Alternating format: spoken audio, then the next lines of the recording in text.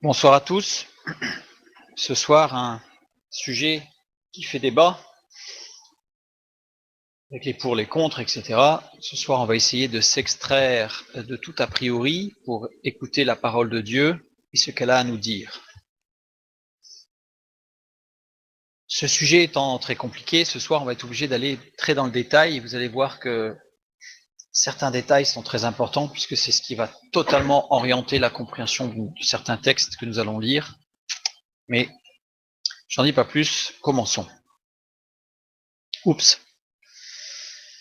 On va lire d'abord dans Genèse chapitre 14, des versets 17 à 20, puisque c'est la première fois dans le texte biblique qu'apparaît le terme de la dîme. Donc, on va lire ce texte. Après qu'Abraham... Alors, je vais faire exprès de lire Abram. Je vais faire exprès parce que quand on dit Abraham et Abraham, c'est à l'oreille, c'est difficile de faire la différence. Alors qu'il y a une différence fondamentale, puisqu'il y a Abraham, c'est le nom que Dieu lui a donné, et Abraham, c'est le nom qu'il avait avant. Donc je vais faire exprès, ça fait drôle aux oreilles, mais je vais faire un peu exprès de dire Abram, pour vraiment faire le distinguo en fait entre avant et après. Donc après qu'Abram fut revenu vainqueur de Kedorlaomer et des rois qui étaient avec lui, le roi de Sodome sortit à sa rencontre dans la vallée de Chavé, qui est la vallée du roi. Melchisédek, roi de Salem, fit apporter du pain et du vin. Il était sacrificateur du Dieu Très-Haut. Il bénit Abram et dit, béni soit Abram par le Dieu Très-Haut, maître du ciel et de la terre, béni soit le Dieu Très-Haut, qui a livré tes ennemis entre tes mains. Et Abram lui donna la dîme de tout. C'est la première mention de la dîme dans la parole de Dieu. Donc ce mot dîme, maaser, ce mot va être très important évidemment ce soir, maaser, qui signifie le dixième, donc 10%. Voilà. Ça, au moins les choses sont claires. Ce mot, le mot qui est utilisé ici dans Genèse chapitre 14, il y a 3 occurrences de maaser, et on les retrouve les 2 autres dans Nombre chapitre 18, des versets 21 à 28, et nous lisons. Donc j'ai mis en rouge les mots qui apparaissent avec maaser.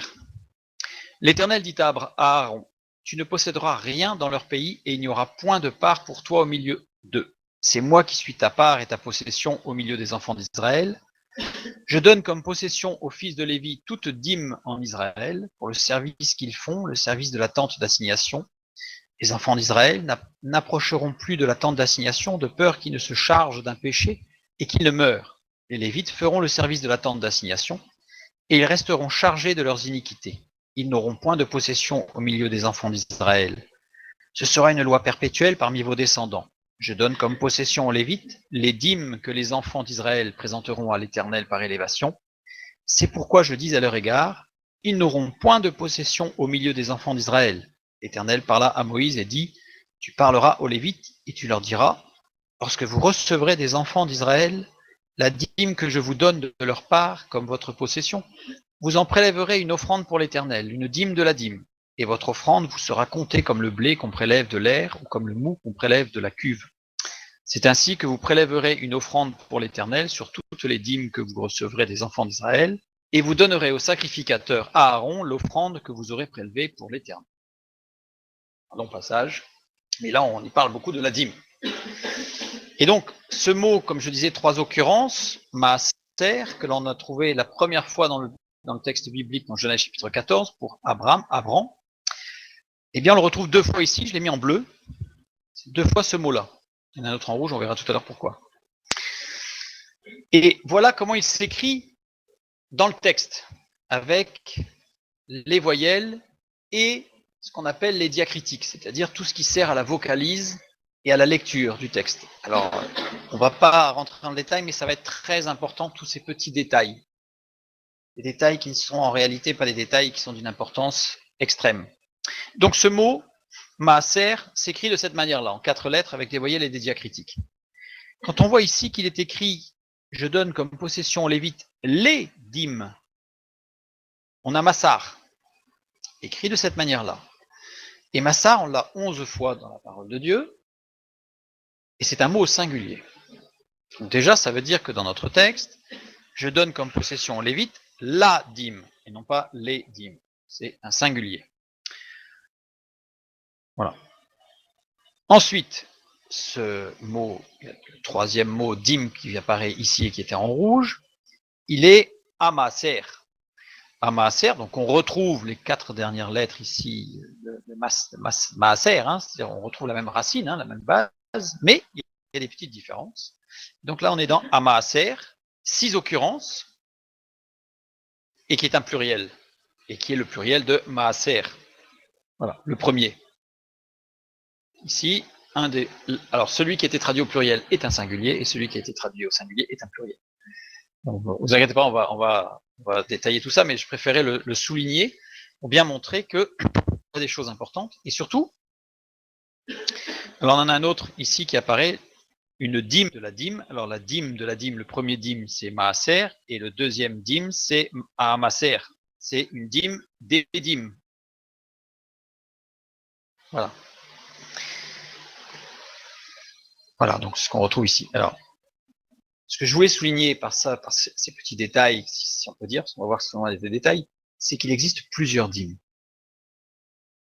Et même si le texte en français dans la traduction n'a pas traduit au pluriel celui qui aurait dû être traduit au pluriel, il y en a qui sont au pluriel. Donc il y en a plusieurs. Donc déjà, quand on parle de la dîme, déjà, il faudrait savoir de laquelle on parle. Déjà. Donc ce qu'on va faire, c'est qu'on va aller regarder les différentes dîmes, et ensuite on va voir de laquelle on parle.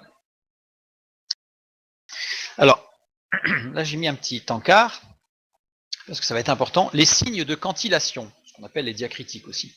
Signes de cantillation, qui sont les petites virgules en dessous, qu'est-ce qu'on a d'autre ici? On a le trait vertical ici, on a une petite virgule encore qui a l'air d'aller vers l'avant, là ici on a un petit angle droit, enfin bref, des petites choses comme ça, des points, etc. Ce sont les signes de cantillation, sont souvent importants pour l'interprétation d'un passage. C'est-à-dire que dans nos grammaires chrétiennes, entre guillemets, on nous dit que ça ne sert à rien. Et quand on prend une grammaire hébraïque, je dirais rabbinique, proche du texte, eh bien on nous dit que c'est fondamental. Alors, les chrétiens disent, oui, mais ce n'est que de la cantillation, c'est-à-dire c'est une manière de chanter. Je vais donner quelques exemples tout à l'heure, en fait, où on a des notes, hein, c'est très précis, c'est-à-dire qu'en fonction du signe, il y a des notes à donner, avec des écarts de notes, etc. Enfin, bref. Donc, ça sert à rien. En réalité, le fait que ce soit chanté avec une mélodie particulière à chaque diacritique, c'est pour qu'au niveau auditif, on reconnaisse qu'il y a ce diacritique, avec un sens particulier pour le mot. Je vais donner un exemple.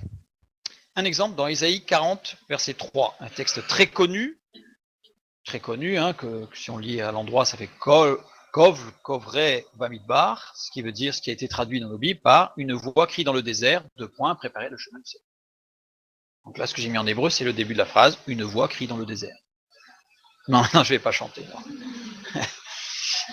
Non. Alors là, on voit des diacritiques, vous voyez, on en voit là, il y a les points barres qui sont au-dessus du bait ici, voilà, par exemple.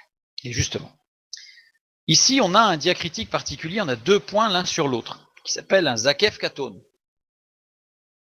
Peu importe. Pour information, des diacritiques, il en existe à peu près une centaine. Et c'est très, très, très riche. Donc là, on a un zakef katone, et le zakef katone qui est au-dessus d'un mot dit que ce mot est en rupture complète avec ce qu'on appelle une rupture de deuxième niveau. Ça veut dire qu'il y a une rupture avec le mot d'après. Ça veut dire qu'on ne doit pas traduire une voix qui crie dans le désert, 2 points, le reste de la phrase, mais du fait qu'on a un zakef katone, dans toutes les bibles rabbiniques, il n'y a aucune erreur, hein, on va lire une voix crie dans le désert, préparer le chemin du Seigneur. Ce qui change tout. Voilà. Alors ça a été repris dans les Bibles, dans le Nouveau Testament, quand Jésus fait mention de ce passage. Hein. Donc ça a été repris avec une traduction qui est similaire à la traduction que nous avons d'habitude, une voix crie dans le désert.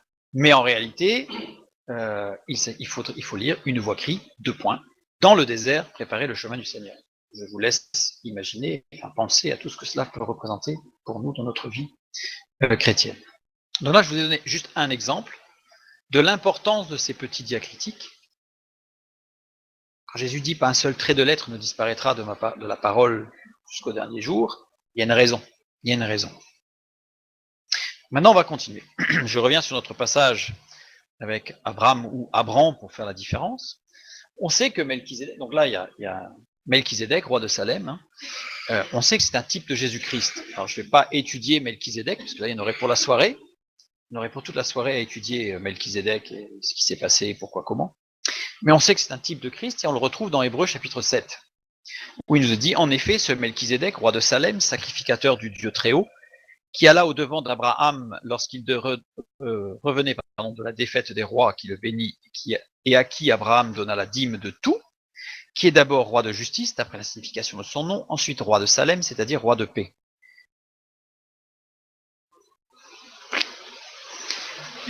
Qui est sans père, sans mère, sans généalogie, et qui n'a ni commencement de jour, ni fin de vie. On voit bien que c'est Jésus-Christ, mais qui est rendu semblable au Fils de Dieu, ce Melchizedek demeure sacrificateur à perpétuité. Là, ce Melchizedek, c'est un type de Christ, une épiphanie. Et Melchizedek, ça se lit littéralement ici, Malki-Tzedek. Malki-Tzedek.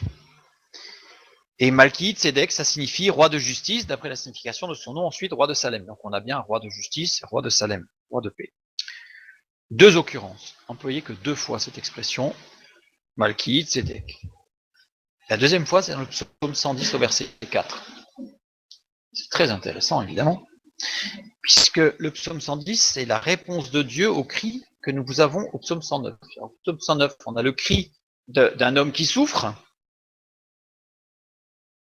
et le psaume 110, c'est la réponse de Dieu au psaume. Dans ce psaume 110, nous y trouvons l'ascension de Jésus-Christ au ciel, le jugement de tous ceux qui se sont élevés contre lui, et enfin son exaltation quand il régnera sur la terre. Donc on a bien toute l'œuvre de Christ en fait. Et pourquoi Malki-Tzedek est employé 2 fois dans l'Ancien Testament? Parce qu'une première fois, il vient pour la première promesse, l'alliance avec Abraham, et la deuxième fois, on le trouve dans le psaume 110, où il est parlé de son second retour. D'où l'emploi de 2 fois du nom de Melchizedek ou Malki-Tzedek, puisque Jésus vient sur terre 2 fois, il est venu dans l'incarnation, et il reviendra à la parousie au retour, avant le millénium. Donc c'est pour ça qu'on l'emploie 2 fois. Donc, et la première fois sur terre, lors de l'incarnation, il est venu avec quoi? Il est venu avec du pain et du vin. Il a instauré la Sainte Seine. Donc il est venu, la Seine, il est venu avec du pain et du vin. Et dans le livre de la Genèse, nous lisons que Melchizedek, roi de Salem, lors de sa première venue, on va dire sa première épiphanie sous les traits de Melchizedek, eh bien il a apporté du pain et du vin. Une seconde fois pour établir son royaume sur terre, seconde fois, eh bien c'est le roi de justice, justement, parce qu'il est venu pour la justice, et le roi de paix, puisqu'il est venu instaurer les 1000 ans de paix. Donc on a les caractéristiques de Jésus-Christ dans Melchizedek. Et Abraham donna la dîme de tout au Fils de Dieu, puisque Melchizedek est le Fils de Dieu. Donc Abraham donna la dîme de tout au Fils de Dieu. Je prends notre texte. Maintenant, il donna la dîme de tout. De tout quoi? À votre avis, tiens. De tout quoi? Il a donné la dîme de quoi? De tout ce qu'il avait. Bon. Regardons de près, il donna la dîme de tout. Mikol, avec un kaf pointé, c'est-à-dire que la fin kaf pointé lamed, ça veut dire tout, et le même, placé au début des mots, il décrit tout ce qui est local, ici et physique. Donc il a bien donné tout ce qu'il avait là, Abraham. Et qu'est-ce qu'il avait là, Abraham? Eh bien, on le lit juste avant. Juste avant, le roi de Sodome dit à Abraham, donne-moi les personnes et prends pour toi les richesses, parce qu'il venait de faire la guerre, Abraham. Et si on lisait encore avant, on aurait vu que Abraham, il est parti au pied levé, c'est-à-dire qu'il n'a rien pris avec lui, sauf ses hommes, pour aller chercher, pour aller faire la guerre, pour les récupérer, sauver Lot et sa famille. Donc il n'avait rien. Or là, il a récupéré le butin. Donc ça veut dire que, quelque part, ce que Abraham donne comme dîme, c'est ce qui ne lui appartenait pas. Puisque c'était pas ses biens, puisqu'il avait des grands cheptels, etc., mais c'était pas ce qu'il avait là. Sinon, ça aurait pas été Mikol, ça aurait été Cal. en hébreu. Donc Mikol, c'est ce qu'il avait sous la main, là, présentement, là. Et ce qu'il avait présentement sous la main, c'était le butin qui n'était pas à lui. Puisqu'en plus, il dit, je ne le prends pas, moi. J'en prends pas de ce butin. Je n'en veux pas. Mais il a pris la dîme de ce butin qui n'était pas à lui, et il l'a donné à Dieu. Ça, c'est la première fois que la dîme apparaît dans le texte biblique. Et on lit dans Hébreux chapitre 7, « Considérez combien est grand celui auquel le patriarche Abraham donna la dîme du butin. » Dans l'épître aux Hébreux, c'est bien de noter, il s'agit bien du butin de la guerre.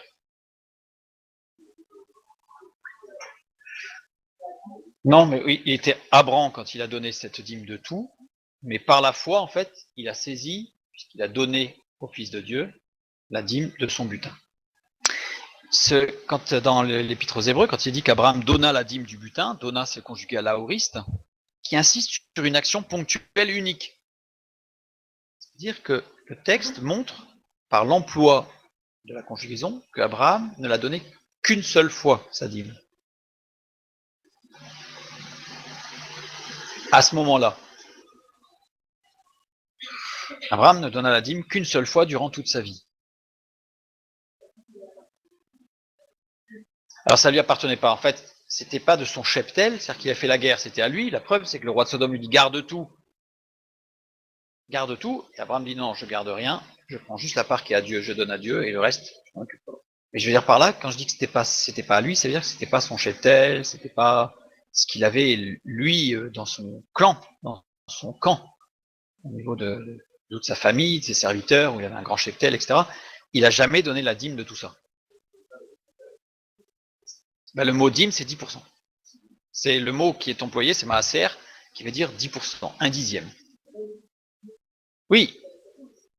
Non, il ne prend rien pour lui. Le texte nous dit que de tout ce qui a été, par exemple, admettons qu'il y ait 100 kilos d'or, le roi de Sodome lui dit, ben, prends les 100 kilos d'or. Abraham dit, non, je prends rien. Je veux rien pour moi.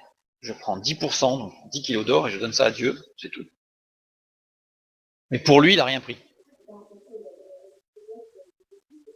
Dans le concret, il l'a donné à Melchizedek qui était là devant lui, puisque c'était une épiphanie, donc ça veut dire qu'en fait, il lui a donné, au même titre que Jésus, après sa résurrection, est apparu aux disciples, a mangé du poisson, il a préparé un feu, il a fait cuire, il l'a mangé. Voilà. Ça, c'est tout le mystère de l'incarnation. Peut-être qu'on étudiera ça un jour, mais pas ce soir. Ils sont restés au roi. Ils sont restés au roi. Hop là. Deuxième mention de la dîme de tout. Donc on a vu que c'était la première mention, c'était Abraham ici. Et la deuxième mention, on la trouve dans Genèse 28. Jacob fit un vœu en disant, si Dieu est avec moi et me garde pendant ce voyage que je fais, s'il me donne du pain à manger et des habits pour me vêtir, et si je retourne en paix à la maison de mon père, alors l'Éternel sera mon Dieu. Cette pierre que j'ai dressée pour monument sera la maison de Dieu, et je te donnerai la dîme de tout ce que tu me donneras. Deuxième mention de la dîme de tout. Et là, la dîme, ben c'est encore un autre mot, c'est Aaserénou. Là, c'est pas la même chose. Et c'est une seule occurrence. Une seule occurrence, c'est un apax, hein, c'est-à-dire qu'il apparaît que là. Dans notre Bible. Dans notre Bible, c'est la deuxième mention de la dîme de tout. Dans notre Bible. Sachant que Aaserénou, ça ne veut pas dire non plus les parties faire de la balançoire. Hein. Ça donne bien la dîme quand même. La racine est la même. Jacob fit un vœu.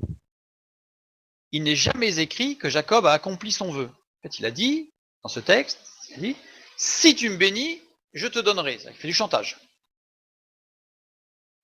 Il fait du chantage, là, Jacob. C'était avant que Jacob ne devienne Israël. C'est Jacob qui est écrit là, c'est pas Israël. Ce qu'on voit, c'est dans Genèse 32, donc là on est au Genèse 28, donc c'est bien plus tard, que Jacob va faire une expérience avec Dieu, et que Dieu va lui dire, tu t'appelleras maintenant Israël. Donc il est encore Jacob, avec ses gros défauts. Jacob ne connaissait pas encore Dieu comme son Dieu, la preuve, puisqu'il dit, si je retourne en paix à la maison, alors l'Éternel sera mon Dieu, c'est-à-dire qu'il n'y est pas. Il le dit lui-même. Quelque part, il ne connaît pas Dieu. Il fait du chantage. Et ouais, allez, si tu me bénis, je t'en donnerai un bout. Comme si Dieu avait besoin de bénir. Enfin, voilà, on a bien compris que. On a vu qu'Abraham donna la dîme de tout, aussi. Dans Genèse 14. Mais c'était avant que Abraham ne devint, enfin, que Dieu ne devint son Dieu personnel, puisque c'est dans Genèse 17 qu'il a pris le nom d'Abraham. Donc, là encore, on a une antériorité. Yaakov.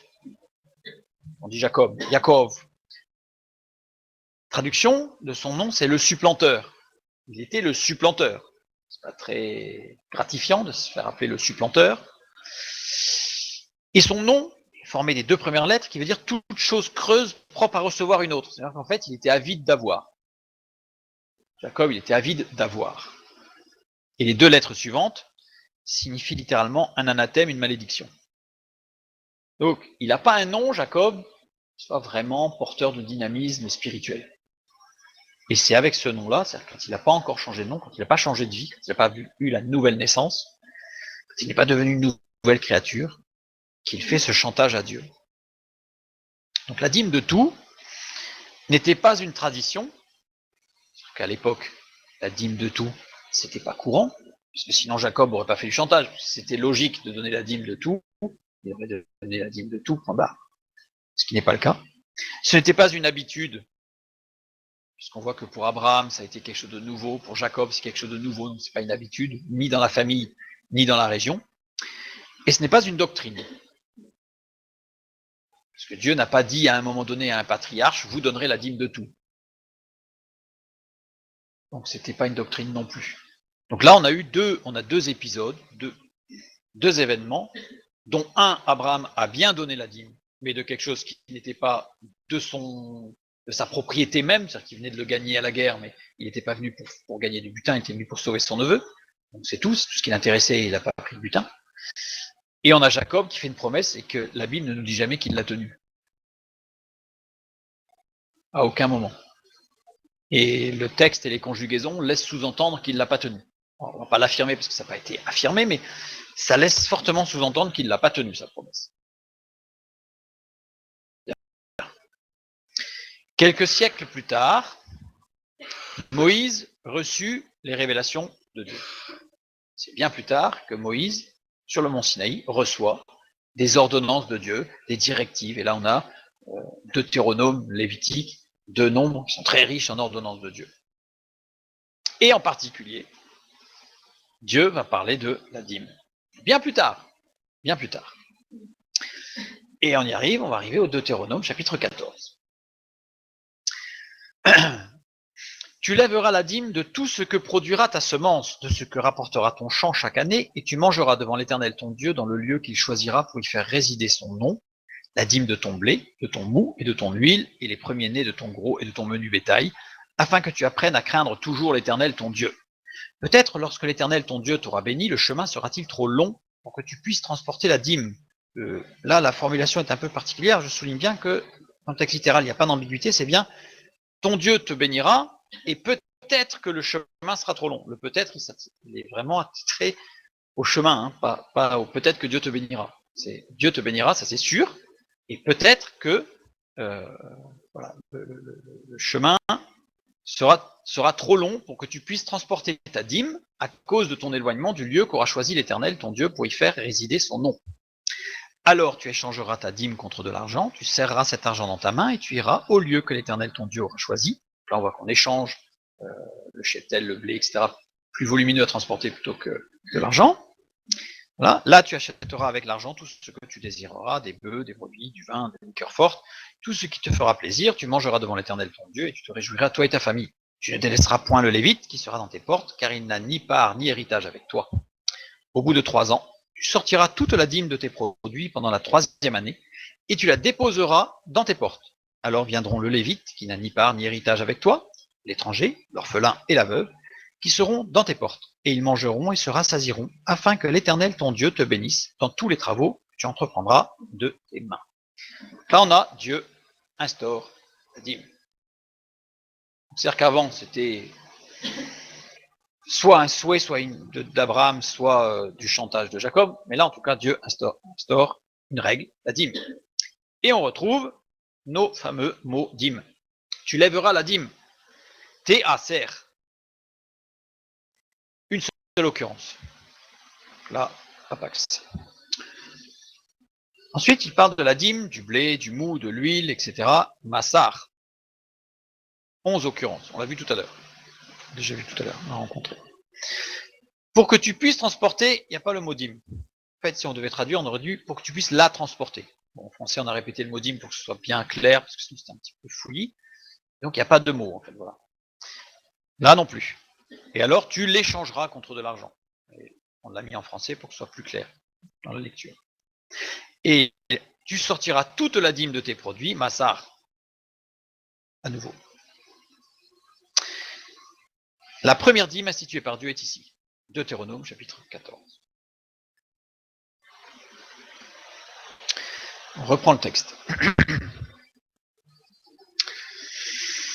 Tu mangeras devant l'Éternel. Akal. Akal, c'est manger, apprécier sa nourriture, se nourrir. Il y a la notion de trouver quelque chose d'agréable. C'est pas parce que tu vas mourir de faim que tu manges. C'est quelque chose qui nous fait plaisir. On mange un truc sympa. Tu achèteras avec l'argent tout ce que tu désireras. Nathan, tu t'accorderas. C'est plus ce que tu achèteras, c'est s'accorder quelque chose. S'accorder quoi? Tout ce que tu désires. C'est bien ça, on s'accorde. Ah, j'ai un truc qui me fait envie là. Et voilà, c'est je me l'accorde. Je me l'accorde. Et le verbe, c'est tout ce que tu désireras, TAV, qui veut dire ce qui est désiré. Donc on a bien ça. C'est bien ce qui est vraiment désiré. On avait envie. On en avait envie. Il y a un mot qui n'est pas traduit juste après, c'est nafesheka. Dans nafesheka, vous retrouvez nefesh. Nefesh, c'est le corps, ce qui est physique. Donc, tu t'accorderas tout ce que ton corps désire. Tout ce que tes sens avaient envie. Tout ça. Quelque chose, c'est pas spirituel. Hein. On n'est pas du tout dans l'ordre du spirituel, on est dans quelque chose de physique. Et ici, qui reçoit et transmet. Donc c'est vraiment quelque chose où on va recevoir, transmettre. Hein, il y a de la dynamique. Hein. C'est pas de la méditation, quoi. Je le prends pour montrer comment il est construit. Je le déplace pour que ça soit trop chargé. Les deux premières lettres, effusion ou inspiration, mouvement de l'intérieur vers l'extérieur ou de l'extérieur vers l'intérieur. Donc il y a un échange qui se fait entre ce qui est physique, une inspiration de ce que j'ai envie, et mon corps, et les deux dernières lettres, repos extérieur et retour en soi ou pour soi. C'est-à-dire que c'est le corps est bien. C'est à l'extérieur, hein, c'est pas spirituellement. C'est mon corps, là, je fais quelque chose qui fait que mon corps, il est bien. Je suis bien. Voilà. Tu lèveras la dîme. On a vu que c'était Théacer. Théacer, on a vu qu'il y a des lettres pointées, la lettre Tav et la lettre Shin. Donc ça veut dire que je vais les doubler pour pouvoir voir une lecture biconsonantique. Donc Tav Tav, solution de continuité, donc c'est quelque chose qui va continuer. Ayin Shin, plan volontaire formé d'avance. Ça veut dire que c'est pas sur une impulsion, c'est pas une pulsion, c'est pas tout d'un coup, oh tiens, tout d'un coup ça me fait envie, j'y vais. C'est quelque chose qu'on a réfléchi, c'est quelque chose qu'on a pensé, c'est quelque chose qu'on a préparé, qu'on a mesuré, je dirais, dans l'intérêt. Et ici, les deux dernières lettres. Alors, désigne ce qui libère, ouvre, résout, émet, produit. Désigne aussi ce qui est solide, tenace et résistant. Désigne ce qui est fort, vigoureux comme un taureau. Désigne ce qui est dominateur et puissant comme un roi. Désigne ce qui est redoutable comme un rival ou un ennemi. Et désigne ce qui est mesuré, coordonné et juste, conforme à une harmonie comme une mélodie musicale très jolie. Donc c'est quelque chose qui est harmonieux et qui s'inscrit bien dans un ensemble. Vous allez me dire, c'est compliqué. On va le simplifier, évidemment. On va faire un résumé. Description d'une gestion à deux niveaux. Une gestion intérieure, libérale, facile, indulgente et productrice. Donc ça veut dire que c'est quelque chose d'intérieur où on ne se met pas la pression. Et extérieure, puissante, robuste, redoutable et dominatrice. Donc c'est quelque chose de solide. Dans les écrits juifs, les rabbins disent qu'en fait, cette racine, ce noyau de 2 lettres, Shin Reish, désigne l'ensemble dans une dynamique de témoignage d'après des lois justes, lumineuses, modelées sur l'ordre et l'harmonie de la création de Dieu. En fait, c'est une gestion harmonieuse par rapport à notre vie, par rapport à notre entourage, et par rapport aux lois de Dieu, et par rapport à la présence de Dieu. On est dans un équilibre, je dirais, physique, spirituel, où on ne dit pas que le spirituel prime sur le physique, on respecte les deux, et on a une gestion de notre vie tout entière qui est harmonieuse. Ça veut dire qu'en fait, c'est quelque chose qui est pour nous. Oui, non, ça c'est la dîme. Je reviens en arrière. Attends, hop, voilà. Ça c'est TACR, c'est la dîme. Tu lèveras cette dîme. Cette dîme, c'est quelque chose qui se gère, de l'intérieur, de l'extérieur, mais qui va se gérer. C'est un plan de continuité, avec c'est formé d'avance. Donc c'est quelque chose de réfléchi. Hein. La dîme, c'est quelque chose de réfléchi. Voilà, on continue. Donc la première dîme qui a été instaurée, on vient de le lire, c'est une gestion familiale. En fait, toi et ta famille, donc on a parlé que ça faisait du bien, mais c'est pas que égocentré, égoïste. C'est familial, donc c'est toi et ta famille. Juste et équilibré de ces biens, donc c'est une gestion juste et équilibrée des biens, parce que le mot dîme montre tout ça. Avec une gestion économe, qu'il faut gérer chaque année, avec des projets de bien-être, parce que c'est quelque chose à long terme, donc c'est un projet, avec un budget d'économie, sur 1 an, puisque c'est chaque année, en haut ici, donc c'est chaque année, pour se faire plaisir. Ça veut dire que la première dîme, c'est Dieu qui nous dit, tu prends 10% de ce que tu gagnes, alors ça peut être en blé, en poule, en œuf, en argent, quoi que ce soit, c'est tout ce qu'on produit. D'ailleurs, quand on voit bien ce que produira, c'est le bénéfice acquis. C'est le bénéfice acquis de ta production. D'ailleurs, pour information, je fais une petite parenthèse, mais dans ce mot, on a cet aspect de bénéfice. Ça veut dire que si, par exemple, quelqu'un, c'est un agriculteur, il va semer. Il a, par exemple, je donne des chiffres, mais admettons qu'il prenne 1 tonne de blé. Il a 1 tonne de blé pour ensemencer tous ses champs. Il ensemence ses champs avec sa tonne de blé. Il récolte 15 tonnes de blé. Le bénéfice, c'est 15 moins 1. Donc on est bien dans le bénéfice. Hein, on n'est pas dans la récolte, on est dans le bénéfice, puisque la tonne qu'il a mis, il va la remettre de côté pour ensemencer l'année suivante. Voilà. Donc on est bien dans le bénéfice.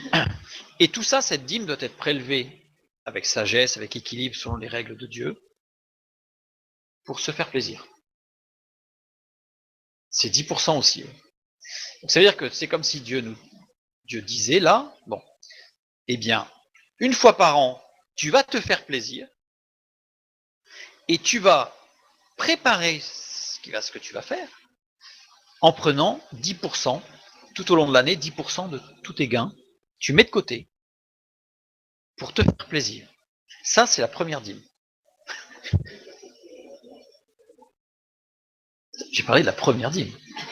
J'ai pas parlé de la dîme, j'ai parlé de la première dîme. On a vu qu'il y en avait plusieurs. Mais ce qui est intéressant, c'est de voir que la première dîme, elle est d'abord pour soi. Pas pour soi et sa famille. Alors ça ne veut pas dire que c'est pour prendre des congés payés. On va le voir. C'est devant Dieu. C'est-à-dire, c'est pas pour aller faire bronzette sur une plage de nudistes. Je prends un exemple exprès, un peu flagrant, un peu grossier, mais voilà, c'est-à-dire qu'il faut que ce soit dans la bienséance de Dieu. Évidemment.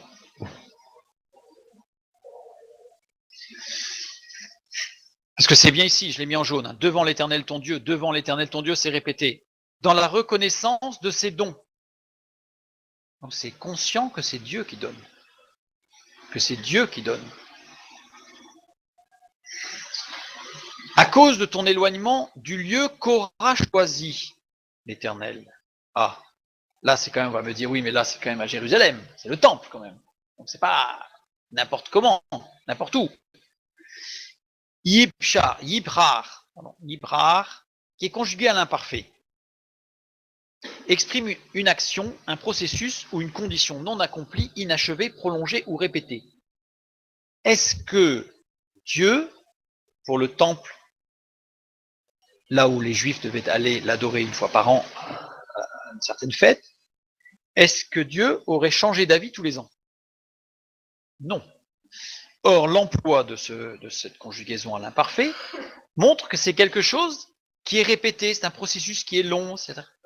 Donc ce n'est pas ce que laisse sous-entendre notre traduction, c'est que le verbe yibshrar signifie choisir ou accepter. Donc on peut traduire à cause de ton éloignement du lieu qu'accepte l'Éternel,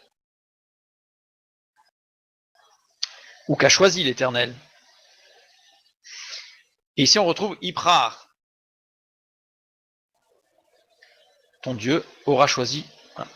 Je relis la phrase. À cause de ton éloignement du lieu qu'aura choisi l'Éternel ton Dieu pour y faire résider son nom, alors tu échangeras ta dîme contre de l'argent, tu serreras cet argent dans ta main et tu iras au lieu que l'Éternel ton Dieu aura choisi. Ibrar, c'est le même mot, donc tout va bien.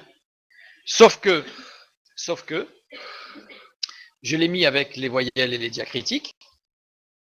Regardez la différence. Eh bien, c'est pas le même. C'est pas la même chose. Ici, on a ce qu'on appelle un pashtakadma, une diacritique particulière, qui fait, là je l'ai mis, parce que d'autres fois je l'ai pas mis, mais là je l'ai mis, parce qu'il y a des musiciens parmi nous.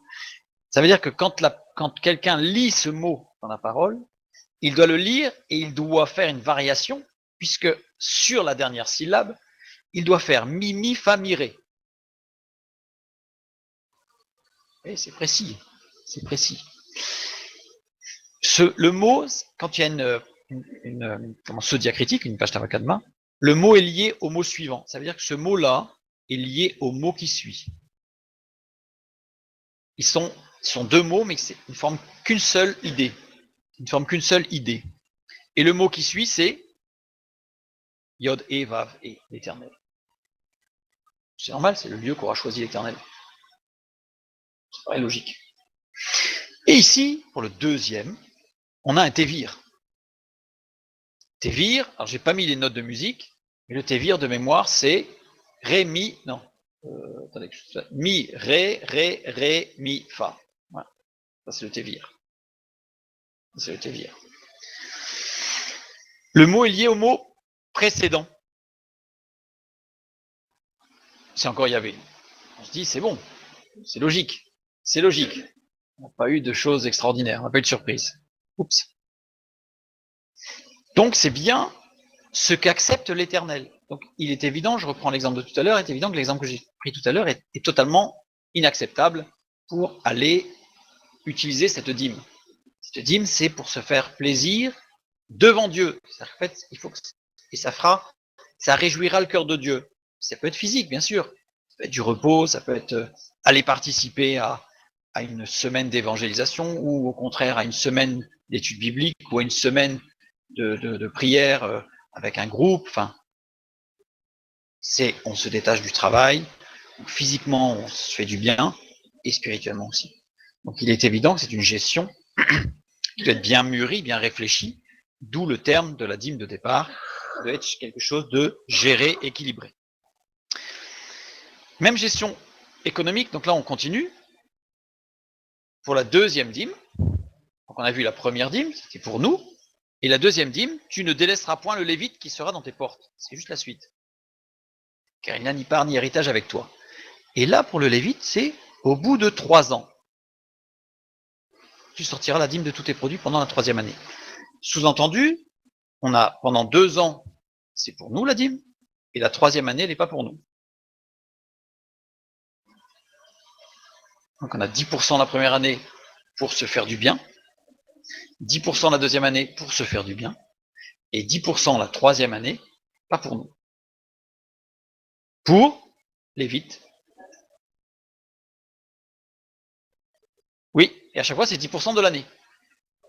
Et là c'est 10% de la 3e année. De l'ensemble, non, c'est 10% de la 3e année.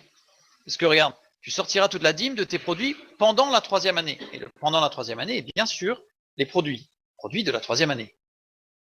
Donc on est bien 10% sur les produits de l'année. Mais la troisième année n'a pas le même but, donc c'est la même gestion que les 2 premières années, même gestion économique, économe, de calcul, etc., pour faire les choses propres.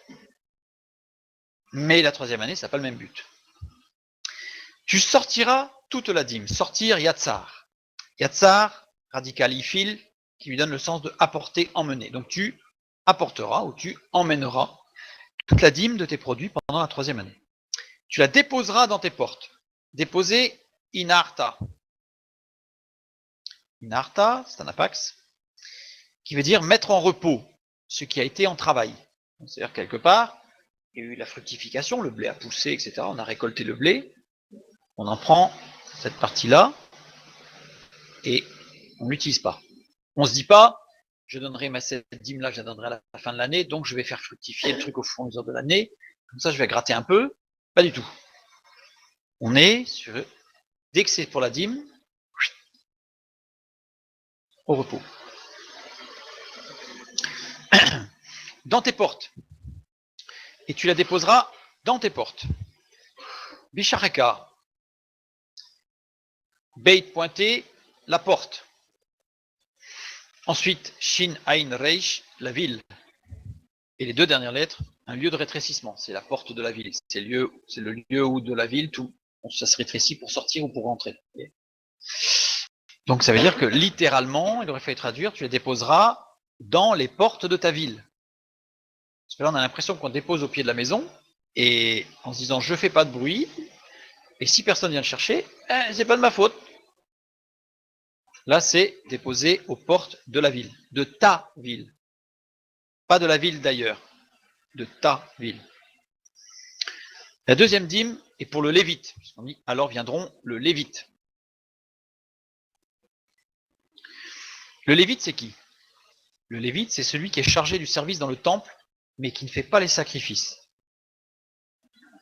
Ce n'est pas le sacrificateur. Le lévite, c'est celui qui est chargé dans le temple. Il fait quoi dans le temple? Eh bien, il est choriste, faire le chant, il est musicien, gardien, juge, artisan. On a des lévites qui sont artisans, qui permettent d'entretenir, réparer. Voilà. On a tous les corps de métier, en fait, lévites, mais ce sont des personnes, du fait qu'ils sont lévites, qui mettent au service de Dieu leur savoir, ou leur savoir-faire. Oups.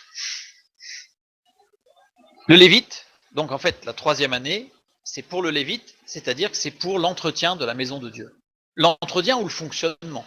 Puisque le choriste, il n'a pas besoin de beaucoup d'entretien, mais s'il a besoin de partition, s'il a besoin d'un pupitre, le musicien, s'il a besoin d'un piano, d'un orgue, d'une trompette. Bref, ça peut être les biens du temple, chauffard par exemple, pour le temple à l'époque, eh bien c'était cette dîme-là qui permettait le fonctionnement du temple. Alors, ils vivaient de ça. On va en parler un petit peu après. On va en parler un petit peu après. Ben non, mais on va voir que tout le monde n'était pas forcément... alors d'abord, tout le monde, la troisième année ne tombait pas forcément en même temps pour tout le monde, donc ça permettait de décaler. Et en plus, on va le voir juste après, que c'est pas forcément à la fin de la troisième année. Celui qui a des poules pondeuses, s'il veut donner la dîme de ses œufs, il vaut mieux pas qu'il attende la fin de l'année. C'est mieux. C'est mieux. Il y avait des poules, oui, les poules ça existait, oui. Parce qu'ils mangeaient des œufs. Un roi voulut réduire la période de cette dîme de 3 ans à 1 an, c'est-à-dire la rendre permanente en fait. Non pas l'étaler sur 3 ans, mais la mettre tous les ans. Et un roi qui a voulu faire ça. Pourtant, c'est un roi qui aimait Dieu et qui voulait booster un petit peu le service de Dieu dans le temple. 2 Chroniques 24. Après cela, Joas eut la pensée de réparer la maison de l'Éternel. But louable. Il assembla les sacrificateurs et les Lévites et leur dit, allez par les villes de Juda, et vous recueillerez dans tout Israël de l'argent chaque année pour réparer la maison de votre Dieu. Et mettez à cette affaire de l'empressement. Mais les Lévites ne se hâtèrent point. Alors là, on a l'impression que les Lévites, ils font pas leur job, quoi. Alors, les Lévites n'avaient pas à obéir au roi, mais au sacrificateur. Première chose. Et deuxièmement, les Lévites ont plutôt accompli la parole. Les Lévites étaient sous la responsabilité des sacrificateurs, pas du roi. Déjà, ça veut dire que si les Lévites ne se hâtèrent point, ça veut dire que les sacrificateurs leur ont dit tranquille, on n'y va pas. Mais Joas se ravisa, après avoir pris conseil auprès des sacrificateurs. On peut le lire, je vous laisserai lire les textes. Et quelques versets plus loin, nous lisons « Alors le roi, donc Joas, ordonna qu'on fît un coffre et qu'on le plaça à la porte de la maison de l'Éternel, en dehors, la porte de la ville. » Là, il fait ce qui est écrit. « Et l'on publia dans Juda et dans Jérusalem qu'on apporta à l'Éternel l'impôt mis par Moïse, serviteur de l'Éternel, sur Israël dans le désert. » L'impôt, si on prend, je crois que j'ai mis le mot, c'est la dîme. Tous les chefs et tout le peuple s'en réjouirent, et l'on apporta et jeta dans le coffre tout ce qu'on avait à payer. Si, c'est juste un autre mot. Regarde, l'impôt c'est Maaset. Ah oui, bah là, jusque-là, c'est-à-dire qu'on va le voir un peu après, des fois, il y a eu des trous dans la raquette, là, dans l'histoire, donc c'est-à-dire qu'il y a des fois, bah, les gens ne payaient pas cette dîme-là. Et du coup, il y avait des problèmes, et puis bon, Dieu est intervenu pour un petit peu rappeler à l'ordre. Et donc, pour montrer que c'est bien 3 ans, et que quand Joas, même si c'était parce qu'il y avait des travaux à faire, a voulu les mettre tous les ans, le sacrificateur dit non, ça marche pas comme ça. Ah ben non, il voulait en rajouter un coup, quoi. C'est-à-dire qu'en fait, du coup, oui, alors après, c'est-à-dire que les gens n'auraient pas pu avoir pour eux. Ou alors il aurait fallu qu'ils donnent 20%. Donc en fait, quelque part, ça sous-entendait de supprimer ce temps de réjouissance devant Dieu, pour soi et sa famille. Du coup, c'était perdu, quoi. Enfin, c'était perdu. C'était pour la maison de Dieu, mais c'était pas de ça que Dieu avait demandé. Et d'ailleurs, Joas s'est ravisé, et ensuite il a mis un coffre à la porte, enfin, il a fait exactement ce qui était écrit dans le Deutéronome. Tout s'est bien passé, tout s'est bien passé. Et d'ailleurs, Maaset, si on traduit littéralement, c'est la portion. Et on apporta à l'Éternel la portion établie par Moïse. Portion, 10%. Le 10% de la deuxième dîme, qui était pour fonctionnement, entretien du temple, service dans le temple. Possibilité de donner 10% la troisième année, possibilité de donner 3,33% sur 3 ans, c'est en fait, on pouvait étaler, comme je vous donnais l'exemple des œufs pour rigoler, mais c'était ça, et la preuve, c'est que dans le Deutéronome chapitre 26, verset 12a, dans le début du verset, lorsque tu auras achevé de lever toute la dîme de tes produits la troisième année, on parle bien de celle-là, hein, l'année de la dîme, tu la donneras aux Lévites. Troisième année, Shelishi, qui signifie troisième, par tiers ou 3 fois. Ça veut dire qu'en fait, on peut faire par tiers, on peut la donner par tiers, en fait. Ah bah bien sûr, mais bon. Là, pour l'instant, on parle de la dîme. Je reviens sur notre texte. Donc on a vu qu'il y avait la première dîme pour soi, la deuxième dîme pour le fonctionnement ou l'entretien de la maison de l'Éternel. Maintenant, alors viendront le Lévite. Donc on a parlé du Lévite, qui n'a ni part ni héritage avec toi. L'étranger. Qu'est-ce qu'il vient faire là, l'étranger? Pourquoi devrions-nous donner la dîme à l'étranger? Alors le mot étranger, ve'ager avec un petit diacritique un peu spécial, on dirait une petite loupe là, une diacritique un peu particulière. Donc 9 occurrences pour ce mot étranger. Si je double le guimel avec le point, j'obtiens cri de douleur. Les 2 dernières lettres désignent quelque chose de répétitif, donc c'est quelqu'un qui souffre. Au moins, ça permet de décrire un peu de qui il s'agit. Désigne l'enveloppe organique, les organes physiques. Donc c'est-à-dire qu'on est bien sur quelqu'un qui physiquement souffre. Là, on ne parle pas d'une souffrance spirituelle ou morale. On a quelqu'un qui est dans le besoin. Voilà, quelqu'un qui physiquement est dans le besoin. Désigne une misère physique récurrente. Dans le cas de quelque chose de momentané, je ne vais pas l'étudier ce soir parce que ce n'est pas le sujet, mais c'est juste pour en faire mention quand même. Dans le cas de quelque chose de momentané ou de circonstancié, si jamais l'étranger là, il a une difficulté, il a fait de mauvaises affaires, bref, c'est passager, c'est pas lié à une souffrance physique. la règle du prêt sans intérêt s'applique. C'est-à-dire qu'en fait, les gens devaient prêter, même à l'étranger, sans intérêt, pour qu'il soit non pas assisté, mais qu'il ait, avec des conseils, etc., mais qu'il ait le ressort nécessaire pour lui-même travailler, récolter, rembourser sans intérêt. Donc c'était vraiment tout pour le dynamiser. Donc on est loin de l'assistanat. Et ce que je remarque, c'est qu'il est parlé 9 fois de cet étranger, depuis la guerre, cet étranger qui souffre, dans divers textes, mais il y a une seule fois où il a un diacritique particulier, une diacritique particulière, pardon, c'est la tequila genola. Ici, cette petite loupe là. Et la tequila genola, rupture avec les mots suivants. C'est-à-dire que quand il y a ce petit signe, ça veut dire qu'il y a une rupture totale avec les mots qui suivent. Sous-entendu, il est rattaché au mot d'avant. Mais on insiste surtout sur le fait que ce mot-là ne fait pas partie du groupe d'après. Résultat, quand je lis, alors viendront le lévite qui n'a ni part ni héritage avec toi, l'étranger, et là il faut complètement couper, parce que l'étranger il n'a aucun rapport avec l'orphelin et la veuve. L'étranger n'est pas à considérer avec l'orphelin et la veuve. Ici. Littéralement, c'est un peu comme l'histoire du désert tout à l'heure, hein, la voix qui crie dans le désert, ou la voix qui crie dans le désert, la même chose. Alors viendront le lévite qui n'a ni part ni héritage avec toi et avec l'étranger.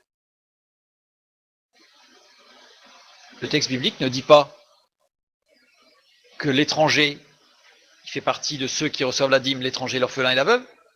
Le texte biblique, tel qu'il est écrit, dit que le lévite n'a pas d'héritage avec le peuple juif et il n'a pas d'héritage non plus avec les étrangers.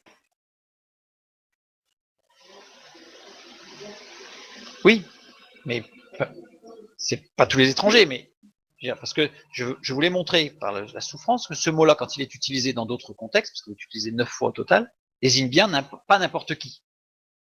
Quand quelqu'un a besoin d'aide, Dieu a prévu qu'il soit aidé. Le peuple juif n'est pas un peuple nationaliste au point ou eugénique.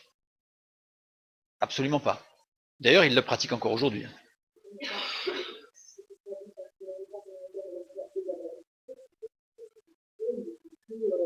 Non, le lévite n'a pas d'héritage, il n'a pas de terre, il n'a pas de maison, ni en Israël, ni à l'extérieur d'Israël. Parce que sinon, certains auraient pu dire, le lévite, il n'a pas d'héritage en Israël, mais à la limite, il peut acheter des biens en Moab, en Jordanie, en Syrie. Enfin, non.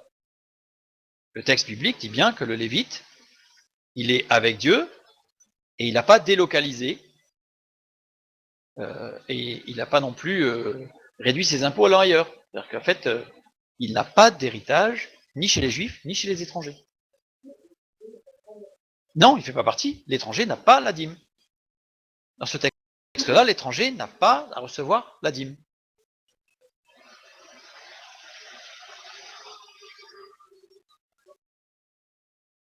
Oui, ça, quand dans le Lévitique, il est dit qu'il ne faut pas ramasser toute la récolte, il faut laisser sur les angles, il faut laisser une certaine quantité, etc. pour le pauvre, c'est pour pour l'étranger qui souffre. Parce que là, lui, il peut manger. Dieu n'est pas qu'on n'aide pas, mais la dîme. On parle de la dîme ce soir. Bon. Voilà, c'est autre chose. Comme j'ai dit tout à l'heure, l'étranger, même souffrant, il peut avoir un prêt à taux zéro pour l'aider à s'en sortir. On peut lui donner à manger et des vêtements. Il y a d'autres textes qui parlent de donner de la nourriture et des vêtements à l'étranger qui souffre, qui en a besoin, qui est dans la misère, qui est dans le besoin. Mais là, on ne parle pas de la dîme. Là, c'est un don. C'est un don. Non. Là, on parle de la dîme. Ce soir, on se focalise sur la dîme. Parce que si on élargit sur toutes les possibilités d'entraide et de dons, alors là, on en a pour la nuit. Mais je voulais souligner juste le fait que dans ce texte-là, la dîme ne s'adresse pas aux étrangers. C'est bien les gens de ta maison, de ta ville, donc de ta maison. Mais par contre, par ailleurs, l'étranger n'est pas exclu du soutien et de l'aide.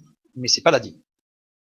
Il existe des règles sociales d'entraide, y compris de l'étranger, de l'inconnu, etc. Mais pas la dîme. C'est autre chose.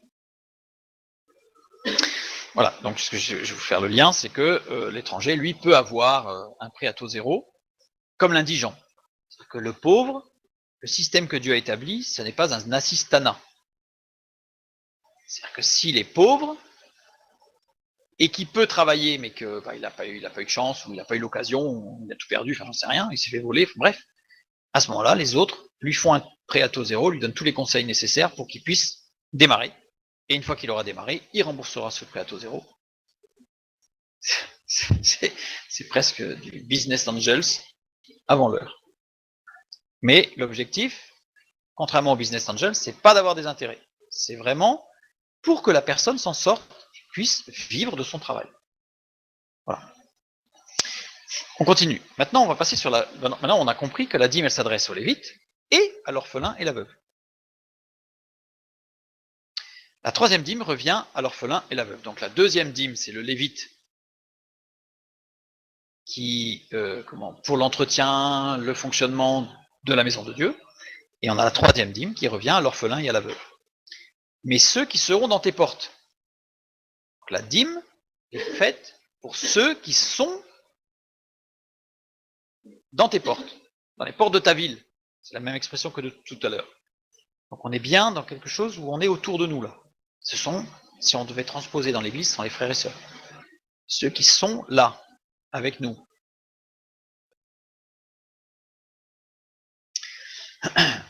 Maintenant on continue. Tu parleras, nombre 18. Alors, je pense qu'il manque, c'est du verset 26 au verset 29, je crois, parce que sinon il est grand le verset, il est long le verset. Tu parleras aux Lévites et tu leur diras, lorsque vous recevrez les enfants d'Israël, la dîme que je vous donne de leur part comme votre possession, vous prélèverez une offrande pour l'Éternel, une dîme de la dîme. Et votre offrande vous sera comptée comme le blé qu'on prélève de l'air ou comme le mou qu'on prélève de la cuve, etc., etc., etc. Ici, on nous parle de la dîme que je vous donne de la part comme votre possession. Il parle à qui? Il parle aux Lévites. Les Lévites reçoivent quelle dîme? La deuxième. Donc là, en nombre 18, il nous est parlé de la dîme, et c'est aux Lévites. Donc c'est ce que les Lévites reçoivent. La quatrième dîme, c'est la dîme de la dîme. Les 10% des 10%. Qui était adressée à qui? Elle était pour le sacrificateur. Pour le sacrificateur qui officiait. S'il était chez lui et qu'il avait été sacrificateur, il ne recevait pas cette dîme-là. C'est celui qui était qui officiait dans le temple. Et bien là, il recevait la dîme des Lévites. C'est-à-dire qu'il recevait 10% de tout ce qui était donné pour l'entretien et le fonctionnement du temple. Il y avait beaucoup de sacrificateurs. Dans l'épître aux Hébreux, c'est ce qui nous est dit qu'il y avait de nombreux sacrificateurs. Ceci étant, il n'y en avait pas non plus des milliers, mais il y en avait de nombreux. Oui, beaucoup moins, évidemment, puisque pour être sacrificateur, il fallait être lévite, mais tous les lévites n'étaient pas sacrificateurs. Ça montre bien que les sacrificateurs étaient beaucoup moins nombreux que les lévites. Et la dîme ne correspondait pas au nombre. Quand ça correspondait, c'était pour le temple. Voici. C'était la dîme de la dîme, c'était pour que les sacrificateurs puissent manger, puissent vivre. Alors les lévites, il y avait plusieurs cas. Il y avait des lévites qui, pareil, j'ai pas tout établi tout ça, parce que ça aurait été long, mais il y a des lévites qui étaient à temps plein. Il y a des lévites qui donnaient à Dieu une année, un mois, travailler, des artisans, etc. Donc ils avaient un métier. Et il y avait des lévites qui étaient à plein temps, enfin tout le temps. Donc eux, ils étaient nourris par cette dîme de la dîme, dans les frais de fonctionnement. Et puis il y en avait d'autres qui travaillaient, comme l'apôtre Paul qui faisait des tentes et qui évangélisait en même temps et qui était à la charge de personne. Donc là, il y avait les deux. Il y avait un équilibre, il y avait les deux, et c'était vraiment en toute conscience devant Dieu. Et le sacrificateur qui devait un peu gérer tout, quoi. Le sacrificateur, c'est celui qui gérait un peu tout, pour que ça se passe bien. Parce qu'on voit dans certains textes bibliques qu'il y a eu des débordements. Hein. On va en parler un petit peu après. Donc ça, c'est la quatrième dîme. La dîme de la dîme. Le sacrificateur, c'est Akoren. Akoren, ici, littéralement, c'est-à-dire celui qui est dédié, celui qui est dévoué au service de Dieu, c'est celui qui sert dans le temple. Le Kohen, c'est le titre donné aux descendants masculins, la descendance masculine, masculin, de Aaron, qui servait dans le temple sous l'autorité du Kohen Gadol. Kohen Gadol, c'était le grand prêtre. C'est celui, sacrificateur, c'est celui qui servait sous le grand prêtre. Le grand prêtre tenait un rôle particulier dans l'office, en particulier du Yom Kippour, le jour du grand pardon. On y voit évidemment toute l'image du grand sacrificateur dont il est parlé dans l'Épître aux Hébreux, qui est Jésus-Christ, et qui a la particularité d'officier à cette fête particulière du Yom Kippour, donc c'est prophétique, le grand pardon. Le Kohen Gadol, non. Oui. Par contre, les sacrificateurs, ils changeaient souvent. Souvent des tours avec des. Bon, on voit par exemple Jean, Zacharie, le père de Jean-Baptiste. Voilà, ils avaient des tours, je crois qu'ils étaient 8 familles et ils tournaient. Enfin, c'était voilà. Et c'était tiré au sort, pour que ce soit jamais dans le même ordre. Voilà. Ça, il n'y avait rien d'établi en fait, de fixe. Tout était, fallait être prêt. En fait, le message, c'est qu'il fallait être tout le temps prêt.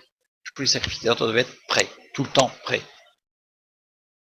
Et nous sommes appelés à être un royaume de sacrificateurs. Nous devons être tout le temps prêts. Donc le Kohen, alors après, là aussi il y a une image prophétique, c'est juste un petit clin d'œil rapide, mais après la destruction du premier temple, instauration de la lecture de la Torah dans la synagogue, donc pour et par tous. En fait, c'est à la destruction du premier temple, le temple de Salomon, que la lecture dans les synagogues a été accessible à tous, de la parole de Dieu. Évidemment, il y a une image de Jésus qui dit détruisez ce temple, qui parlait de son corps, et ensuite nous avons accès à tous, nous avons accès, voilà, on a tout un aspect prophétique évident de ce qui s'est passé. Et le terme de Kohen désigne dans le judaïsme orthodoxe, donc dans ceux qui sont restés très proches du judaïsme de la parole, de l'Ancien Testament, le statut de la première montée à la Torah qui revient symboliquement au Kohanim en remplacement des anciens sacrifices. Donc on a les prières, évidemment. Donc on a toute l'image justement de nous qui ne pratiquons plus les sacrifices, mais qui apportons la prière et nos louanges à Dieu. C'est juste pour faire une petite parenthèse. En tout cas, le HaKohen, le dédié, le dévoué, celui ou ceux qui portent l'assemblée. Littéralement, c'est ça. Le Kohen, c'est celui qui porte l'assemblée. Il l'a porté dans la prière et il l'a porté dans l'office. C'était le titre du Kohen. Donc nous avons vu qu'il y avait 4 dîmes. 4 dîmes pour 4 types de personnes. Soi-même, la première. Les Lévites pour l'entretien et le service de la maison de Dieu, deuxième. Les orphelins et les veuves, troisième. Alors, les orphelins et les veuves, ça désigne tous ceux qui ne pouvaient pas travailler. Parce que certains, je pensais que quelqu'un m'aurait peut-être dit oui, mais l'handicapé. Je dis comment? Eh bien, c'est prévu, puisque dans le mot orphelin, on a ayatovn, qui signifie, puisque le yod est doublé, donc je le double, et quand on regarde, on a nature objective des choses, affection pénible ou douloureuse, donc, et conformité à l'ensemble approuvée. C'est-à-dire qu'il n'est pas conforme à l'ensemble parce qu'il est dans la souffrance, et donc il ne peut pas travailler. Il faisait partie de cette catégorie de personnes qui pouvaient recevoir une partie de la dîme pour pouvoir vivre. Ces mots-là ne veulent pas dire les orphelins, mais c'est parce que souvent le mot qui a été traduit, parce que orphelin, c'est celui qui n'a pas de père, littéralement. Donc, ah oui, tout à fait, c'était les enfants. En fait, ça désignait ceux qui ne pouvaient pas travailler. Et les veuves, parce que les veuves pouvaient travailler, mais elles n'étaient pas autorisées à travailler. Non, donc c'est différent. C'est compliqué. C'est pour ça que Ruth est allée travailler et pas Naomi. Parce que Ruth, elle n'était pas juive. Donc, elle était veuve, mais elle n'était pas juive. Naomi, elle était juive et veuve. Les veuves n'étaient pas autorisées à travailler, mais par contre, elles devaient être prises en charge par la famille. Voilà. Si c'est tout.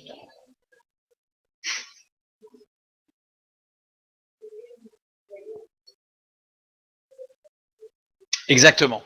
Tout à fait. Elle était partagée, on va le voir juste après. C'est-à-dire qu'en fait, la 3e année, cette dîme-là, elle est partagée, puisque c'est la dîme de la 3. Non, on ne devait pas donner 10% pour les Lévites de la 3e année et 10% pour les orphelins, on devait donner 10% que nous partagions dans nos choix entre les Lévites. Donc c'est un choix, puisque c'est comme les 2 premières années, il y a une réflexion à mener, il y a un projet, alors c'est pour le temple, alors vous pouvez donner 8% pour le temple et 2% pour les veuves et les orphelins. Enfin, c'était soit qui la personne décidait. Elle avait plusieurs mois de réflexion pour décider de ce qu'elle faisait. Donc c'est pas sous un coup de pulsion ou d'impulsion. C'est vraiment une réflexion de projet. C'est un projet qui doit être mené. Et la 4e catégorie, donc, c'était les sacrificateurs officiants qui avaient la dîme de la dîme, qui recevaient la dîme des Lévites, donc du budget de fonctionnement, on va dire. Pour employer un terme moderne, un anachronisme. Maintenant, on va parler d'un texte. Qu'est-ce qui se passait quand ils ne respectaient pas la dîme? C'est une question, on va voir ça à la fin. Maintenant, on va parler d'un texte qui est très souvent utilisé pour dire qu'il faut donner sa dîme. Si on veut être béni de Dieu, il faut donner sa dîme. Non mais, Malachie, chapitre 3, verset 10. Texte ô combien connu. Apportez à la maison du trésor toutes les dîmes, afin qu'il y ait de la nourriture dans ma maison. Mettez-moi de la sorte à l'épreuve, dit l'Éternel des armées, et vous verrez si je n'ouvre pas pour vous les écluses des cieux, si je ne répands pas sur vous la bénédiction en abondance. Ce texte est très souvent utilisé pour dire, si vous apportez pas votre dîme, eh ben, ne soyez pas surpris si vous êtes dans la misère dans quelques temps. Grosso modo, c'est ça. Présenté autrement, si vous apportez votre dîme, vous serez richement bénis. Ça, ce texte est utilisé pour ça. Regardons d'un peu plus près le texte. La première ligne, non, ce ne sont pas des mouches qui ont marché sur l'écran, ce sont des voyelles et des diacritiques, Frédéric. Apportez à la maison du trésor toutes les dîmes. Si je le lis, alors je ne vais pas le lire, mais on va le traduire mot à mot, le sens de lecture, c'est de droite vers la gauche. Je l'ai écrit, c'est surtout ceux qui prendront le PDF et sur le papier, et qui le verront tout écrit sans l'apparition, ils vont se demander parce que ça n'a pas de sens. Premier mot, apporter. Deuxième mot, toutes. Alors ici, il y a quelque chose qui ne se traduit pas. Hein. Et, c'est ce qui relie l'attribut du sujet au sujet. Donc c'est juste une construction grammaticale, mais ça ne se traduit pas. Donc après, on a cal, toutes. Ensuite, les dîmes, ce qu'on a vu tout à l'heure. Dans ma maison, trésor. On remarque que dans notre traduction en français, c'est l'inverse. Apportez à la maison du trésor toutes les dîmes. Alors que littéralement, c'est apporter toutes les dîmes dans la maison du trésor. Et ça va être très important. Parce qu'ici, on a Geresh, un diacritique, une Geresh, une petite sorte de virgule qui va vers l'arrière. Délimite la fin d'un groupe de mots. C'est la fin d'un groupe de mots. Et ce groupe de mots commence par une hasla, que l'on va trouver ici. Donc ça veut dire que si je change l'ordre des mots, ça n'a pas de sens.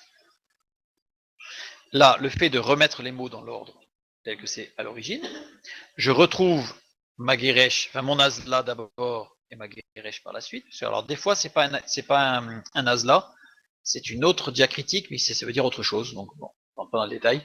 Là, en tout cas, on a un hasla, un Geresh. Résultat, le groupe de tous ces mots qui sont entre ces deux-là forme une idée, une entité. Donc ici, on a une idée, une entité. On nous parle de la dîme du temple, qui n'était plus apportée entièrement. On ne nous parle pas de toutes les dîmes, puisqu'on nous dit que les dîmes, il fallait apporter toute la dîme. Le texte insiste sur vous devez apporter l'entièreté de votre dîme, pas qu'un bout, tel que c'est construit là. Ça sous-entend que la dîme, elle n'y était pas, ou incomplète. Donc Dieu, là, est en train de dire, attention, vous n'apportez pas la totalité de votre dîme, où ça? Dans la maison du trésor. Et c'est pour ça qu'il n'y avait plus de nourriture dans la maison de Dieu. C'est-à-dire qu'en fait, quelque part, le budget de fonctionnement, il n'y était pas, quoi. Non pas parce qu'il ne donnait pas assez, mais parce qu'il ne donnait pas ce qu'il devait. Il y a une nuance, hein. Grosse nuance. Les dîmes, c'est un pluriel, car ici, dans les dîmes du temple, elles désignent les dîmes de blé, de la menthe, de la nette et du cumin, et les autres. Donc on le retrouve dans Matthieu chapitre 23, verset 23, on va en parler juste après. Donc c'est pour ça que là c'est un pluriel. C'est tout ce qui devait arriver au temple. Le blé, l'orge, le vin. Tout ça, c'était des dîmes qui devaient arriver. Si tu étais producteur de vin, il amenait du vin. Si tu étais producteur de bœufs, il amenait des bœufs. Enfin, voilà. Chacun amenait, donc c'était les dîmes, c'était la dîme de tout le monde. Et donc la dîme du temple, il s'agit bien de la dîme de la dîme. Donc c'était les Lévites en fait. Là, c'était pas les peuples, c'était pas le peuple de Dieu qui n'amenait pas sa dîme, c'est les Lévites.